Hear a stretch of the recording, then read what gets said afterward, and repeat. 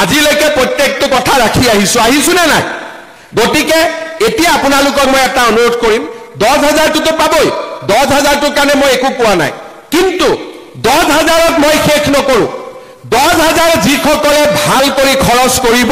মই আজি আপোনালোকক প্ৰতিশ্ৰুতি দিছো 10,000 টকা এই বছৰ অহা বছৰ মই আপোনালোকক 25,000 তাৰ পিছৰ বছৰ আপোনালোকক মই 50,000 টকা দিম এইটো আপোনালোকে ভিডিঅ' ৰেকৰ্ডিং কৰি ৰাখি দিয়ক মে মাহ নহলেও জুন মাহৰ ভিতৰত আপোনালোকক 10,000 টকাটো মই ক্লিয়াৰ কৰি দিম হ'ব ডাঙৰকে হাত চাপৰে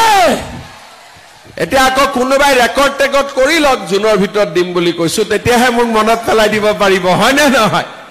এতিয়া আমাৰ কাম হৈ গল চিন্তা কৰিব নালাগে 10,000 টকাটো আপোনালোকে পাই যাব কিন্তু 10,000 টকাটো শেষ নহয় বিহালীত যেতিয়া মই 10,000 টকাটো আই মাতৃসকলক দিছিলো এগৰাকী আই মাতৃ খুদিলো মোক ফটো তুলি আছিল মাজনী আই মাতৃ ফটোটো নুঠিলে তেতিয়া মই কলো কি মোবাইলটো বেয়া নেকি বলে মামা মোবাইলটো বেয়া 10,000 টকাটো আজি লম নহয় নতুন মোবাইল এটা কিনিম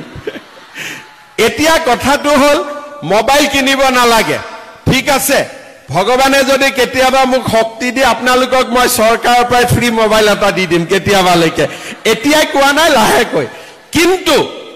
এই 10,000 টকাটো আমি জুন দিনাখন পাম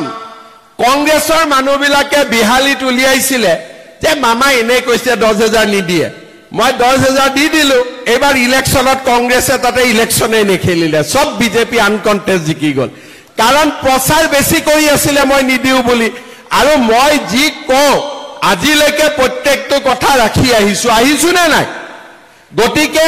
এতিয়া আপোনালোকক মই এটা অনুৰোধ কৰিম 10,000টোতো পাবই 10,000টোৰ কাৰণে মই একো কোৱা নাই কিন্তু 10,000ত মই শেষ নকৰো 10,000 যিসকলে ভাল কৰি খৰচ কৰিব মই আজি আপোনালোকক প্ৰতিশ্ৰুতি দিছো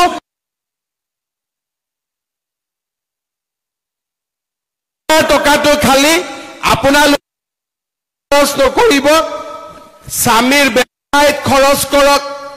গাহৰি পালন কৰক গৰু পালন কৰক কিবা এটা উপাৰ্জনমূলক কামত খৰচ কৰিব 10,000 টকা এই বছৰ অহা বছৰ মই আপোনালোকক 25,000 তাৰ পিছৰ বছৰ আপোনালোকক মই 50,000 টকা দিম এইটো আপোনালোকে ভিডিঅ' ৰেকৰ্ডিং কৰি ৰাখি দিয়ক ভিডিঅ' ৰেকৰ্ডিং কৰি ৰাখি দিয়ক সেইটো দিম এতিয়া মই আৰু কেইটামান আঁচনি দিব খুজিছো আপোনালোকে জানি ভাল পাব যে আমাৰ অসমত যেতিয়া প্ৰথম ৰেচন কাৰ্ডখন ওলাইছিলে তেতিয়া ৰেচন কাৰ্ডত চাউল আছিলে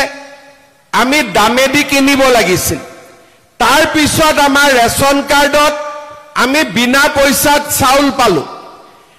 এইবাৰৰ পৰা আমি নিয়ম কৰিলো যে যাৰ ৰেচন কাৰ্ড থাকিব সেই ৰেচন কাৰ্ড থকা মানুহে মেডিকেলত গলে 5 লাখ টকাৰ বিনামূলীয়া আমাৰ চিকিৎসা পৰিয়ালটোৱে পাব পাৰে চাউল হল ৰেচন কাৰ্ড হল এইবাৰ আমি এটা নিয়ম কৰিছো যে লৰা ছোৱালী যেতিয়া কলেজত এডমিশন হ'ব এইবাৰ আপোনালোকে সাৰ্টিফিকেট বিচাৰি গাঁওবুঢ়াৰ ঘৰত যাব নালাগে ৰেচন কাৰ্ডখন দেখুৱালে প্ৰিন্সিপালে বিনামূলীয়া এডমিশন কৰি দিব আৰু কাৰো ঘৰত সাৰ্টিফিকেট বিচাৰিব নালাগে ৰনোজা অৰ্ডাৰটো দি দিব আজি যে ৰেচন কাৰ্ড থাকিলে গাঁওবুঢ়া মৌজাদাৰৰ এছডিঅ'ৰ ইনকাম সাৰ্টিফিকেট নালাগে ভাল হ'ব না বেয়া হ'ব অলপ ভালকৈ হাত চাপৰি বজাই দিয়ক তেতিয়াহে ৰনোজ দাই বলটো পাব